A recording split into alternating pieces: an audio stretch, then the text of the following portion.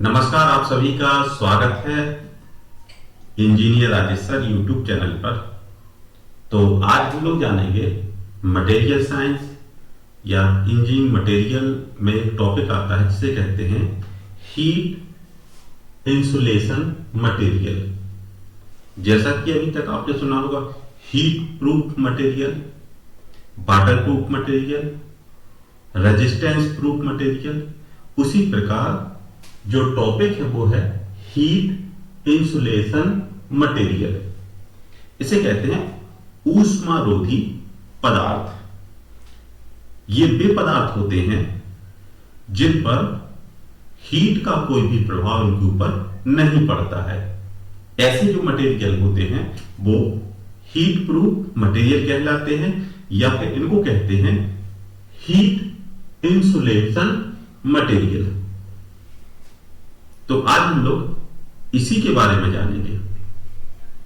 तो सबसे पहले इंट्रोडक्शन, हीट मटेरियल के परिचय के बारे में जानेंगे, फिर इसकी प्रॉपर्टी, कौन कौन से इस प्रकार के मटेरियल में गुण होते हैं, और इसका क्लासिफिकेशन के बारे में जानेंगे कि कितने भागों में इसको बांटा गया है। तो सबसे पहले शुरुआत करेंगे इंट्रोडक्शन से। वे पदार्थ जो हीट के प्रवाह का विरोध करते हैं, मतलब जहां पर क्या है कि हीट कभी भी एक जगह से दूसरी जगह प्रवाहित नहीं होती है, वे पदार्थ हीट इंसुलेशन मटेरियल कहलाते हैं, जिसे कहते हैं ऊष्मारोधी पदार्थ कहलाते हैं। वे पदार्थ जिनमें ऊष्मा का प्रवाह नहीं होता है, उस प्रकार के मटेरियल को हम लोग हीट इंसुलेशन मटेरियल कहते हैं। इस प्रकार के पदार्थों की ऊष्मा अवरोधकता अधिक होती है, मतलब इस प्रकार के जो मटेरियल हैं वो ऊष्मा को रोकने की कैपेबिलिटी, क्षमता इनके अंदर होती है, जबकि ऊष्मा चालकता बहुत कम होती है। इनमें क्या है, हीट कंडक्टिविटी जो है वो कम होती है। इनका प्रयोग ऐसे स्थानों पर करते हैं जहां ऊष्मा के प्रवाह पर नियंत्रण किया जा सके, मतलब हम हीट का प्रॉपर तरीके से हीट को हम लोग कंट्रोल कर सके। ऐसी जगह पर हीट इंसुलेटेड मटेरियल का इस्तेमाल किया जाता है। ये पदार्थ सामान्य तौर पर रंध्रों वाले होते हैं, मतलब इस प्रकार के जो मटेरियल होंगे इनके अंदर बहुत सारे छिद्र टाइप के बने होते हैं, पोरोसिटी, रंध्र होते हैं, और इस प्रकार के पदार्थों में अनगिनत सूक्ष्म छिद्र बने होते हैं। इन छिद्रों में हवा भरी हुई होती है जो कि ऊष्मा के प्रवाह का विरोध करती है। किसी पदार्थ में इन सूक्ष्म रंध्रों की संख्या जितनी अधिक होती है वह पदार्थ उतने ही अच्छे ऊष्मारोधी होते हैं। मतलब जितने ज्यादा मटेरियल के अंदर छिद्र बने होंगे और उसके अंदर जितनी भी ज्यादा हवा भरी होगी वो उतने ही ऊष्मा को रोकने वाले मटेरियल होते हैं। इस प्रकार के मटेरियल का हम लोग इस्तेमाल कहां करते हैं? सिनेमा हॉल, शॉपिंग मॉल, अस्पतालों में, आराम गृह में, और बाहर की ऊष्मा को अंदर से आने के लिए रोकने के लिए इस प्रकार की मटेरियल का इस्तेमाल करते हैं, हीट इंसुलेटेड मटेरियल। जैसा आपने देखा हो कई बार घरों के अंदर हीट इंसुलेटेड मटेरियल लगा दिया जाता है जिससे बाहर की जो हीट है वो घर के अंदर नहीं आ सके। घर के अंदर ठंडक के लिए एसी लगा सकते हैं, परंतु एसी की जो ठंडक है वो बाहर ना जा सके और बाहर की गर्मी अंदर ना आ सके, इसलिए क्या करते हैं, हीट इंसुलेशन मटेरियल का इस्तेमाल करते हैं। ये अब बात करते हैं कि प्रॉपर्टी की, इनमें प्रॉपर्टी गुण कौन से होते हैं। इस प्रकार के पदार्थ में पहला गुण होता है, इनमें पोरोसिटी होती है। इस प्रकार के जो मटेरियल होते हैं इनमें बहुत सारे छेद टाइप के बने होते हैं और उन्हीं छेदों के अंदर क्या है, हवा भरी होती है। और हवा क्या होती है, हीट की कुचालक। पहला। सेकंड, इन पदार्थों की ऊष्मारोधकता अधिक होनी चाहिए। थर्ड, इन पदार्थों की ऊष्मा चालकता कम होनी चाहिए, कंडक्टिविटी मिनिमम हो, परंतु हीट रेजिस्टिविटी अधिक हो। इन पदार्थों की डेंसिटी 7 kg पर मीटर क्यूब से कम होनी चाहिए, मतलब इनकी जो डेंसिटी है वो मिनिमम होनी चाहिए। इन पदार्थों की पोरोसिटी या रंध्रता 60% से कम होनी चाहिए। यदि इनके गलनांक की बात करें तो इनका गलनांक उच्च होना चाहिए, मेल्टिंग पॉइंट इनका हाई होना चाहिए।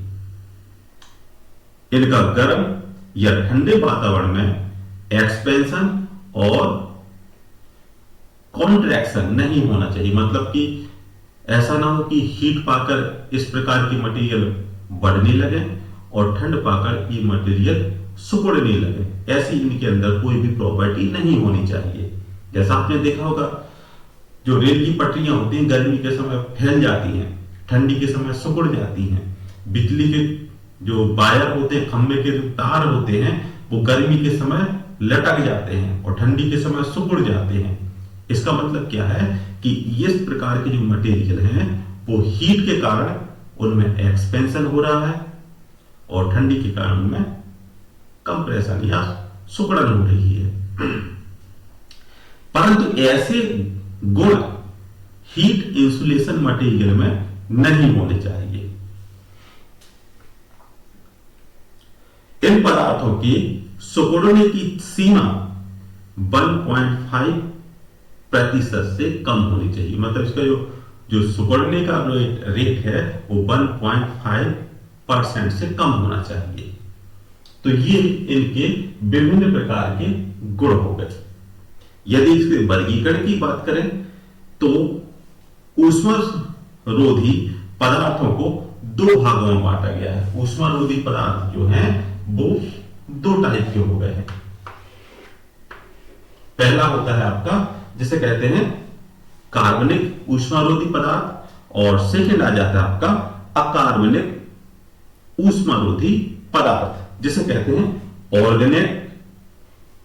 ऑर्गेनिक हीट इंसुलेशन मटेरियल और inorganic heat insulated material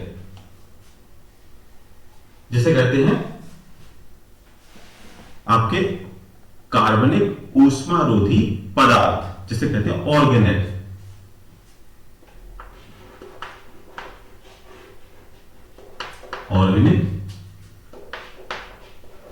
heat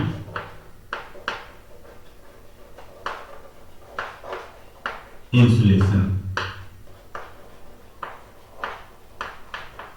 material और सेकेंड आ जाता है आपका इनऑर्गेनिक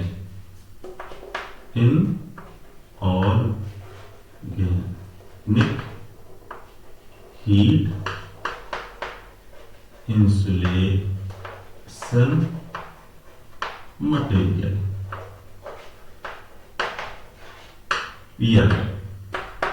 अब इसमें समझेंगे कि ऑर्गेनिक हीट इंसुलेशन मटेरियल क्या कहलाता है और इनऑर्गेनिक हीट इंसुलेशन मटेरियल किसे कहते हैं।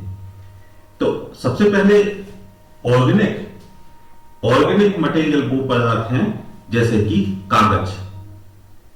सेकंड आ जाता है आपका सिल्क, ऊन, बुरादा, लकड़ी का बुरादा, लकड़ी का गूदा, गन्ने के रेशे, कॉटन, चमड़ा, गोबर, पेड़ों की छाल, जानवरों की स्किन, कॉर्क, इत्यादि ऑर्गेनिक हीट इंसुलेटर होते हैं।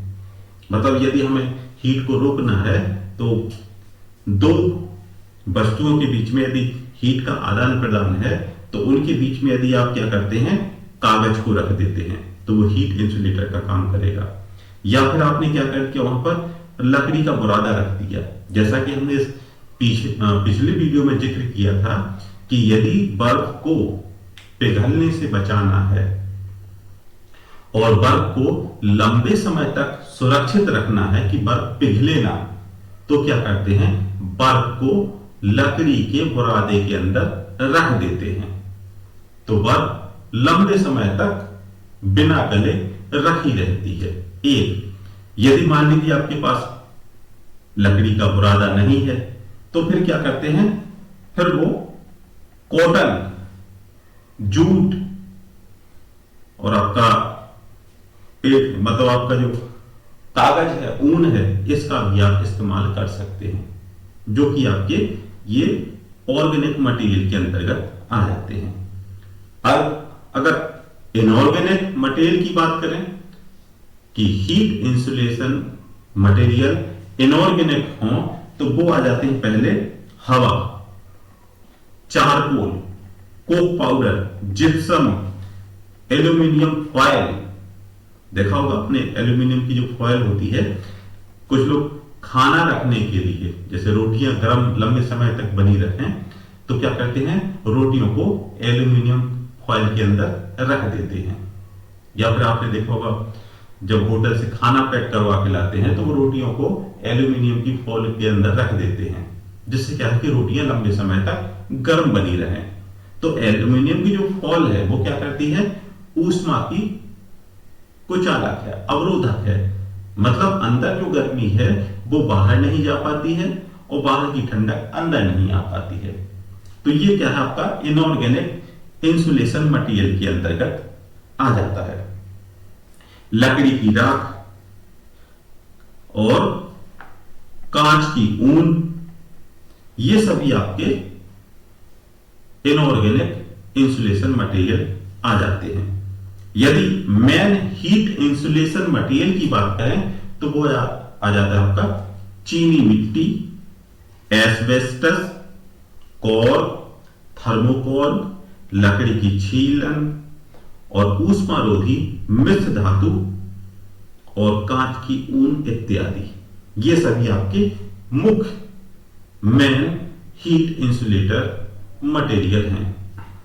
जैसा कि चीनी मिट्टी क्या है, चीनी मिट्टी में 45% सिलिका तथा 40% एल्यूमिनियम की मात्रा होती है और यह एक ऊष्मारोधी पदार्थ है। ऊष्मारोधी होने के साथ साथ यह विद्युत का कुचालक भी होता है, विद्युत रोधी भी होता है। तो यदि चीनी मिट्टी बनानी हो तो चीनी मिट्टी क्या है, दो चीजों का कॉम्बिनेशन है, जिसमें चीनी मिट्टी में आप 45% सिलिका तथा 40% एल्यूमिनियम का इस्तेमाल कर सकते हैं। बाकी जो आपका 5% बचा वो आपकी मिट्टी आ गई। दूसरा आ जाता है आपका स्लेग वूल। अब स्लेग वूल क्या है, जब धातु का निष्कर्षण किया जाता है तो धातुमल प्राप्त होता है। जब इस धातुमल में वायु झोंकी जाती है तो यह रंग युक्त हो जाती है और इस स्थिति में इसके अनेकों आकार में परिवर्तित किया जा सकता है और यह पदार्थ बहुत अच्छे ऊष्मा के कुचालक होते हैं। तो आशा करते हैं कि आप हीट इंसुलेशन मटेरियल को इंट्रोडक्शन, प्रॉपर्टी और क्लासिफिकेशन ऑर्गेनिक और इनऑर्गेनिक के बारे में आप सरल और आसान भाषा में समझ गए होंगे। और वीडियो आपको अच्छी लगी है तो लाइक कीजिएगा, साथ ही वीडियो को दोस्तों तक के पास शेयर कीजिएगा। तो मिलते हैं नेक्स्ट वीडियो में, तब तक के लिए धन्यवाद।